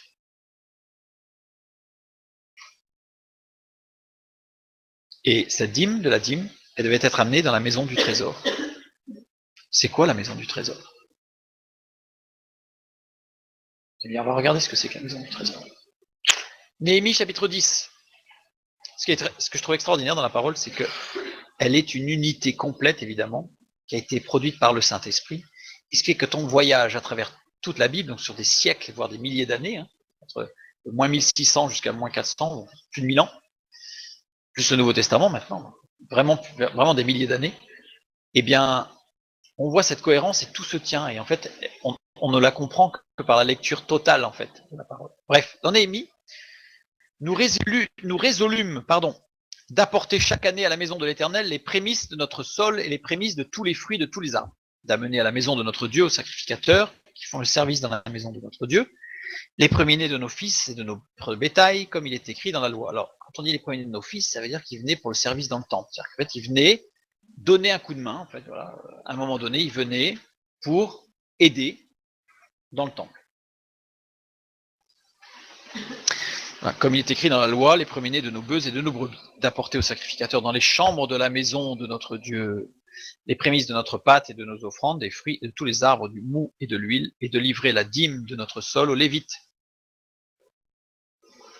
qui doivent la prendre eux-mêmes dans toutes les villes situées sur les terres que nous cultivons. Le sacrificateur, fils d'Aaron, sera avec les Lévites quand ils lèveront la dîme. Et les Lévites apporteront la dîme de la dîme à la maison de notre Dieu, dans les chambres de la maison du trésor. Maintenant, on a bien la confirmation de notre lecture précise du texte biblique de Malachie, qu'il s'agit bien de la dîme de la dîme. Puisque là, c'est écrit. C'est écrit. Les Lévites apporteront la dîme de la dîme à la maison de notre Dieu dans les chambres de la maison du trésor. Voilà. Nous avons la confirmation du truc. Comme je disais tout à l'heure, les dîmes, car les enfants d'Israël et les fils de Lévi apporteront dans ces chambres les offrandes de blé, de mou, d'huile. Là sont les ustensiles du sanctuaire et se tiennent les sacrificateurs qui font le service, les portiers et les chantres. Donc là, on a tout le service. C'est ainsi que nous résolûmes de ne pas abandonner la maison de notre Dieu. Et dans Malachie, Dieu tire l'oreille un peu aux Lévites en disant « Vous abandonnez la maison de Dieu.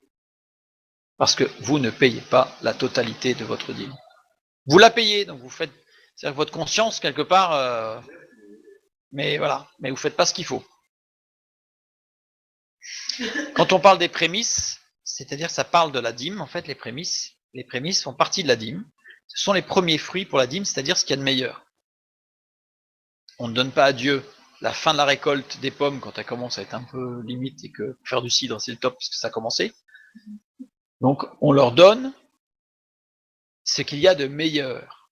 On donne à Dieu dans la dîme, alors autant pour les Lévites que pour la veuve et l'orphelin, hein, on donne ce qu'il y a de meilleur. Au même titre pour la dîme pour soi, quand c'est les 2 années pour soi, on prend aussi ce qu'il y a de meilleur. Et dans Malachie, chapitre 3, verset 10, les Lévites n'apportaient pas la totalité de la dîme la dîme qui va dans la maison de notre Dieu, dans la chambre de la maison du trésor. C'est sûr que la dîme représente quelque part, mais on va voir comment on marche avec Dieu, mais on va voir tout à l'heure. En plus, il y a un autre point qui est à souligner, c'est que le livre de Malachie s'adresse aux sacrificateurs, il ne s'adresse pas au peuple. Je vous inviterai à lire le chapitre 2, les 10 premiers versets, et vous verrez que Dieu fustige les sacrificateurs qui, justement, n'appliquent pas la règle, je dirais, de fonctionnement que Dieu a établi. Donc ce verset-là ne s'adresse pas au peuple de Dieu, il s'adresse aux sacrificateurs qui ne veillaient pas à l'entretien de la maison de l'Éternel.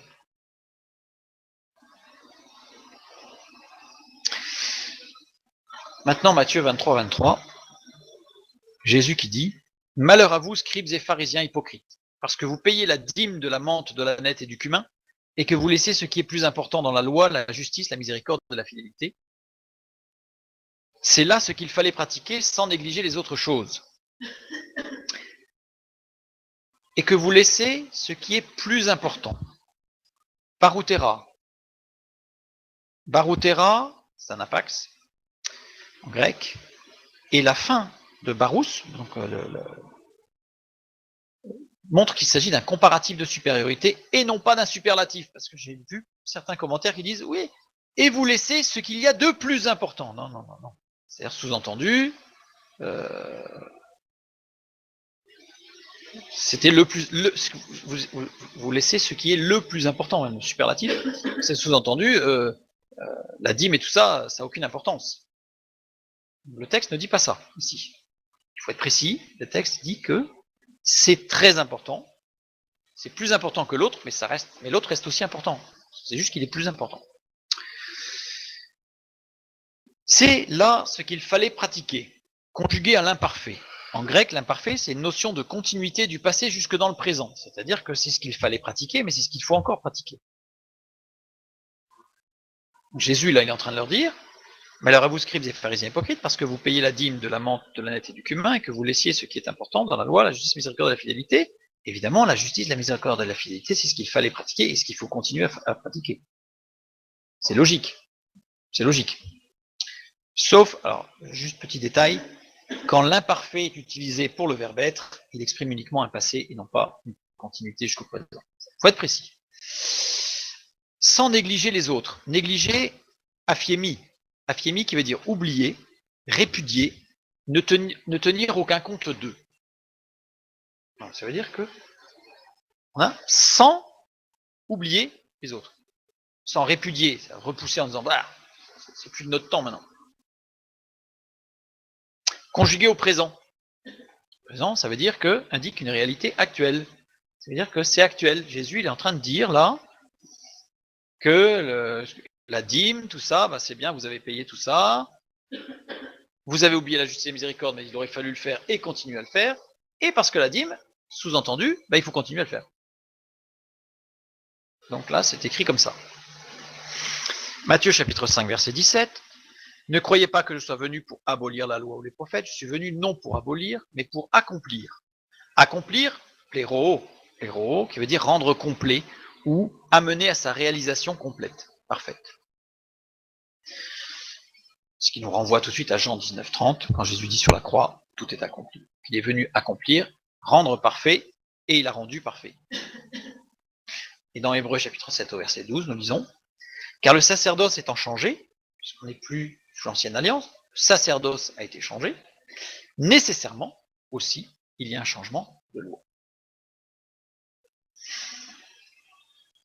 La question, devons-nous payer la dîme?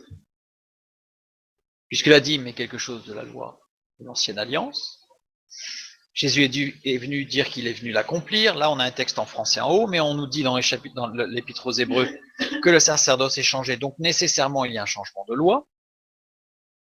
Que devons-nous faire? Payer la dîme ou ne pas payer la dîme?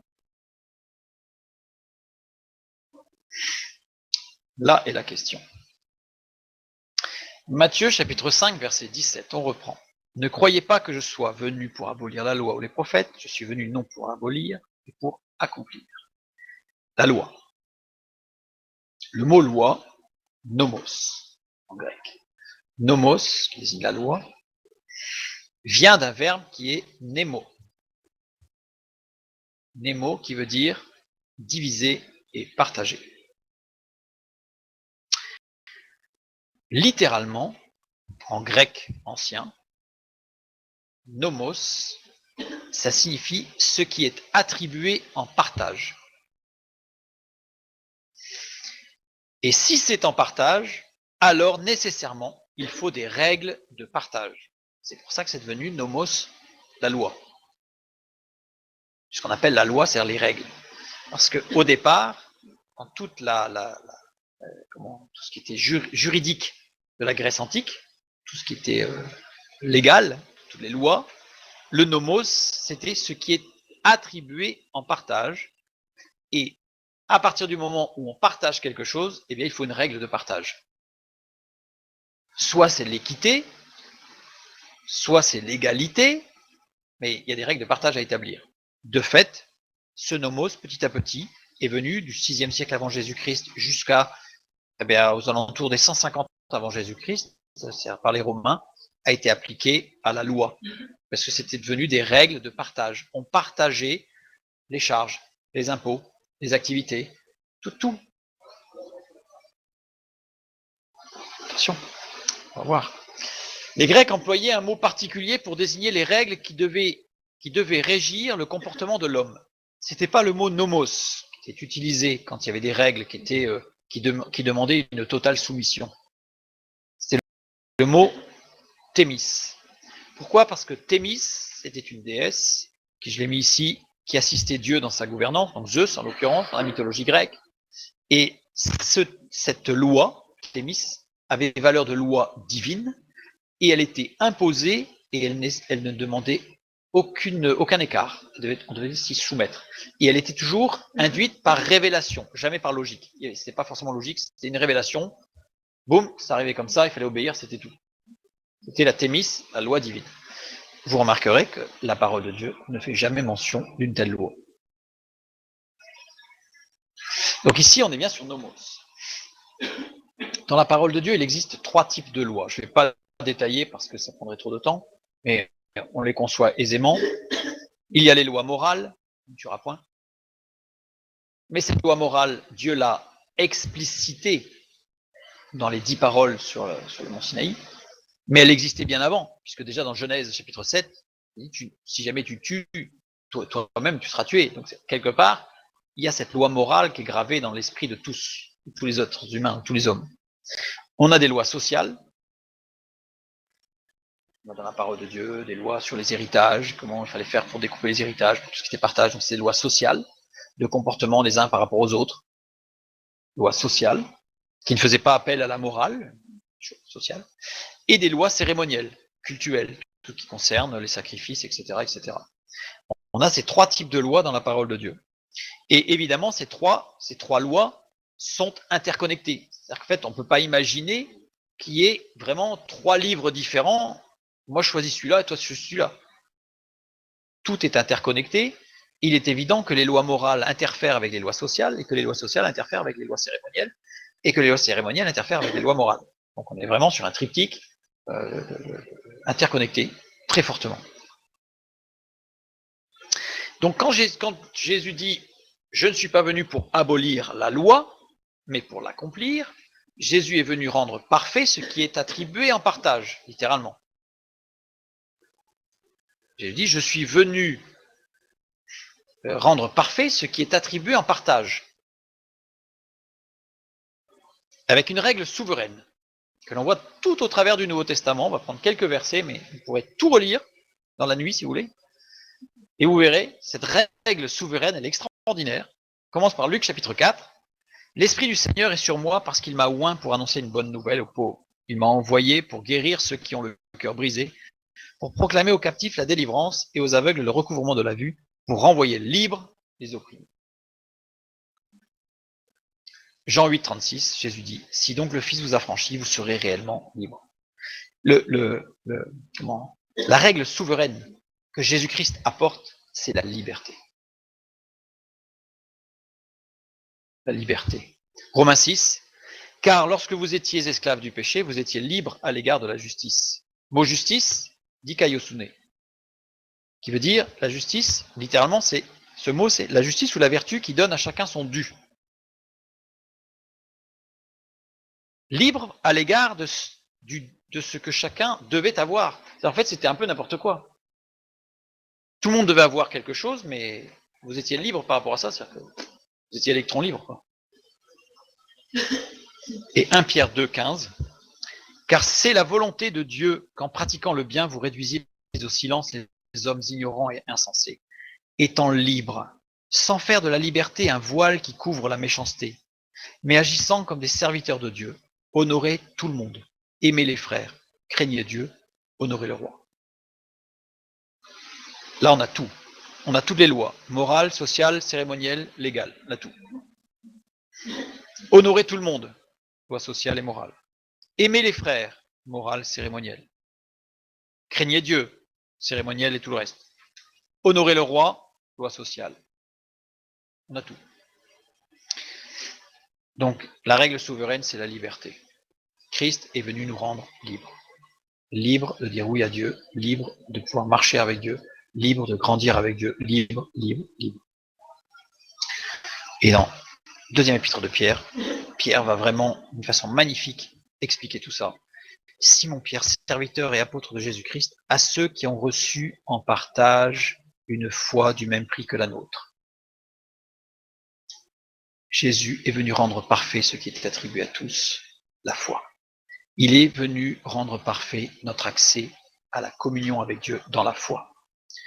Du même prix que la nôtre, par la justice de notre Dieu, par ce partage qui donne à chacun son dû. C'est Dieu qui donne à chacun son dû, et du Sauveur Jésus-Christ, en Jésus-Christ, évidemment. Donc l'apôtre Pierre va expliciter cet accomplissement de Jésus-Christ au travers de ce verset, que Jésus est venu accomplir la loi. Il est venu accomplir ce qui était attribué en partage à tous, la foi. On retrouve sur Habakkuk, l'homme vivra par la foi. Mais le seul moyen d'être capable de vivre par la foi, c'est Christ. Ça ne répond pas à notre question, faut-il payer la dîme? On va y arriver. Il y est presque. Jésus dit, rendez donc à César ce qui est à César, et à Dieu ce qui est à Dieu. Connu. Ce qui est à César. En grec, ta. Ta, littéralement, les choses. En fait, si j'avais voulu traduire littéralement, le ta était au départ, c'est rendez donc les choses de César à César. Littéralement, c'est comme ça qu'il faudrait traduire. Rendez donc les choses de César à César. Et les choses de Dieu à Dieu. Sauf que les choses de Dieu, c'est ta tohu. Et non pas ta. Donc le bien ta, là, on a bien les choses. Mais tohu est un génitif singulier. Il y a un problème dans la phrase. Et ce génitif singulier tohu, le génitif singulier, pas tohu, mais le génitif singulier dans le grec antique, ancien, désigne quelque chose qui appartient, alors, dans la phrase à Dieu, parce que c'est Dieu le sujet, donc, désigne donc quelque chose qui appartient à Dieu, qui est une partition et dont l'origine vient de Dieu. Donc Jésus, là, il est en train de dire, rendez à Dieu ce qui est à Dieu, c'est rendez ce qui appartient à Dieu, qui est une partition de quelque chose dont Dieu est à l'origine. À Dieu. Une partition, c'est on coupe un morceau, quoi. Un pourcentage. Pourcentage de ce que Dieu a donné. Et là, ça nous renvoie directement à notre texte que nous avons vu tout à l'heure, Deutéronome 14. Tu lèveras la dîme de tout ce que produira ta semence, de ce que portera, etc., etc., etc. Et nous avons vu que la première dîme, gestion familiale, équilibrée, tac, tac, tac. Pendant 2 ans, hein. Ça c'était pour soi, c'est la première dîme. Puis il y a la deuxième dîme, pour l'entretien de la maison de Dieu, pour la 3e année. Puis la 3e dîme, pour l'entretien de ceux qui ne peuvent travailler. Et comme on l'a vu tout à l'heure, eh bien la 2e et la 3e dîme, c'est une répartition cohérente et personnelle suite à une réflexion dans un projet. On est bien dans quelque chose de construit. Et on a la 4e dîme, qui est 10% de la dîme pour l'entretien et le fonctionnement de la maison de Dieu, et qui, elle, vient directement de la troisième dîme. De la deuxième et la troisième dîme. Enfin, de celle qui est donnée aux Lévites. Donc, ce que Jésus nous dit, il ne nous dit pas ne payez pas la dîme.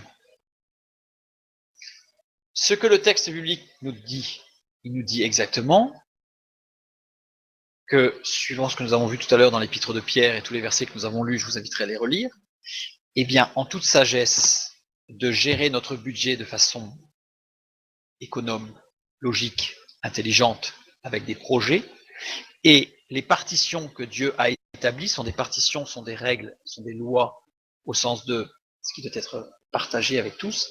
C'est pas une loi, c'est pas une thémis, c'est une nomos. Et ce qu'il demande, c'est que nous puissions gérer, alors, les dîmes, non pas la dîme. C'est-à-dire que ce qu'il a établi dans sa parole, c'est un fonctionnement où pour soi, il faut qu'on ait une gestion économe, des économies pour soi, pouvoir profiter devant Dieu, pas faire n'importe quoi, devant Dieu, d'un bien-être, de quelque chose qui nous fait plaisir, pendant 1 an, puis 2 ans, et la 3e année, Lévite, ou l'orphelin et la veuve. Ça veut dire quoi? Ça veut dire que, comme on l'a vu tout à l'heure, on peut gérer, par exemple, et la lecture du texte biblique me semble claire, parce que j'aurais pu encore prendre beaucoup de textes, c'est que nous pouvons, au lieu de faire 1 an, 2 ans, 3 ans, on peut très bien faire tout en même temps, mais en proportionnel, comme on l'a vu tout à l'heure. Hein, c'est-à-dire qu'on peut très bien dire, voilà. Alors après, la règle des 10%, comme vous l'avez bien compris dans cette loi de liberté, c'est une sorte de conseil de Dieu. C'est-à-dire que Dieu n'impose pas, encore moins sous la grâce, mais il donne des conseils, des règles de bon fonctionnement, d'une manière sociale, morale et spirituelle, pour que tout se passe en harmonie avec sa création, avec son plan et avec notre être. Donc, à nous d'être sensibles pour respecter les directives, je préfère dire directives que loi, parce que loi c'est pesant, mais les directives, les grands conseils, on va dire, les conseils remplis de sagesse de Dieu, parce que c'est un peu plus que des conseils, ça, ils viennent de Dieu, alors ce sont des conseils extraordinaires, mais voilà, suivons, marchons dans ces conseils, et à ce moment-là, tout ira bien. Oui. Oui. Ah, alors la question, c'est la 4e dîme, elle est pour qui? La 4e dîme doit être prélevée sur alors, j'ai fait exprès de ne pas parler du fonctionnement ni du temple ni de l'église, parce que ce n'est pas le sujet, mais à savoir que nous, en tant que chrétiens, si nous voulons respecter les conseils sages, intelligents et profonds de Dieu, eh bien, nous avons la 1re, la 2e et la 3e dîme. La 4e dîme, ça relève, je dirais, de la responsabilité des Lévites, c'est-à-dire de ceux qui travaillent, ceux qui œuvrent, c'est-à-dire que d'un point de vue en moderne, on pourrait dire des diacres, des anciens, qui doivent gérer ça. Ça, c'est de leur responsabilité. Voilà. Après, chacun voit. Donc ici, nous, en tant que chrétiens, 1re, 2e et 3e.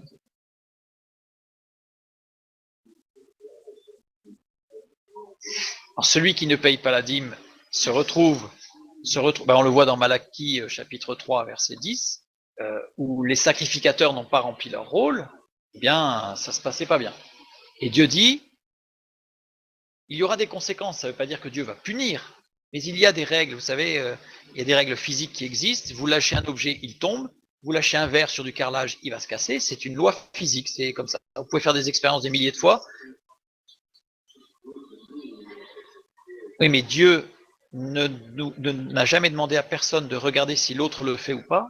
Ce qu'il demande, c'est que nous, on le fait. Quand Jésus dit de cette veuve, elle a mis une petite pièce Et c'est gênant. Parce qu'on a souvent l'impression, quand on écoute certains commentaires, que Dieu a besoin d'argent. Dieu, il est le maître de l'univers. Il maîtrise tous les atomes de l'univers. Il aurait besoin d'un billet de 100 euros? Non. Ce qu'il a besoin, c'est que nous, on soit vrais, honnêtes, et qu'on suive ses conseils. Lui fera le reste. Il est limité par rien. Rien. Quand on commence à dire que Dieu a besoin d'argent, ça pose un problème. C'est-à-dire que l'argent est au-dessus de la capacité de Dieu. Non, Dieu est tout puissant et il n'a besoin de rien. Ni de personne. Ce qu'il veut, c'est dans l'amour, que ses enfants soient comme des enfants avec un père, qu'ils suivent ses conseils remplis de sagesse et d'intelligence pour notre bien-être, on l'a vu. La première dîme, elle est pour notre bien-être. C'est quand même extraordinaire, quand même. On est loin d'un Dieu qui est avide et qui est avare et qui veut des sous. C'est pour notre bien-être. Et ensuite, pour l'autre. Parce qu'on pense aussi à l'autre. Pas que nous. Et il ne nous écrase pas non plus. Ça reste 10%. Voilà. Donc, veillons. Alors, je n'ai pas parlé des dons particuliers. Si Dieu nous met à cœur de donner quelque chose de particulier à quelqu'un ou pour une organisation ou pour quoi que ce soit, ça c'est complètement autre chose. Mais les dîmes, la première dîme c'est pour soi, et la deuxième et troisième dîme c'est les portes de ta ville. Bon, quand certains peuvent dire, moi ma dîme, vu que je suis un peu en désaccord avec ceci ou cela, j'envoie ma dîme de l'autre côté de la planète parce qu'il y a des enfants qui souffrent. Bibliquement, non. On peut aider des enfants qui souffrent de l'autre côté de la planète en envoyant de l'argent, des vêtements, des livres, tout ce qu'on veut, mais c'est écrit, le texte biblique nous dit les portes de ta ville. Et c'est répété à chaque fois. Porte de sa ville, pour un chrétien, c'est parce que c'était au temple. C'est-à-dire que les portes de la ville de Jérusalem, c'était le temple, c'est l'église. Alors s'il n'y a pas d'église, eh bien là, il faut réfléchir, parce qu'on a presque un an pour réfléchir chaque fois. Il faut réfléchir, sachant que c'est les portes de ta ville, donc est-ce qu'il n'y a pas quelque chose autour de nous pour, voilà, sachant que les 2 premières années, c'est pour nous, ensuite c'est le lévite ou l'orphelin et la veuve. Maintenant, s'il n'y a personne autour de nous, après il faut voir plus loin, évidemment, mais ça c'est à voir avec Dieu, s'il n'y a pas d'opportunité et de solution dans une église parce qu'il n'y a pas d'église, à ce moment-là, il faut aller un peu plus loin. Voilà. C'est le corps de Christ après. Bah, c'est au choix et c'est proportionnel, c'est-à-dire qu'on n'est pas obligé de faire 10, enfin, tout l'un ou tout l'autre. On peut faire moitié-moitié, on peut faire. Après, c'est vraiment dans un projet qui se réfléchit devant Dieu aussi, une fois de plus, hein, c'est toujours devant Dieu, bien sûr, et qui n'est pas dans un ressenti. Ah ben lui, je l'aime pas, j'ai pas eu donné, ou non, il faut que ce soit devant Dieu. On s'en fiche. Enfin, d'ailleurs, les textes montrent bien qu'après, une fois que c'est donné, ce sont les Lévites qui gèrent, les sacrificateurs. On n'a pas à dire il faut que ça fasse ci, il faut que ça fasse ça. Voilà. Maintenant, on est libre. C'est la liberté de dire de 0 à 10% et on partage. Alors, évidemment, c'était différent. Oui, mais alors, avant, c'était différent parce qu'il y avait des œufs, des poules, des vaches, etc. Mais aujourd'hui, il n'y a pas beaucoup de gens qui vivent avec, qui fait du troc avec des œufs, des poules et des vaches.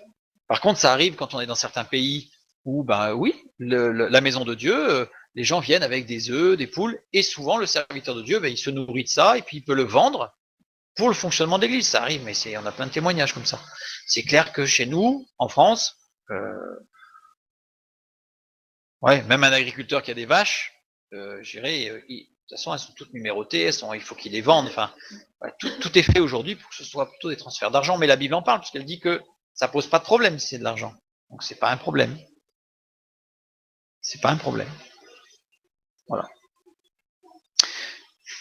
Que Dieu vous bénisse et à bientôt.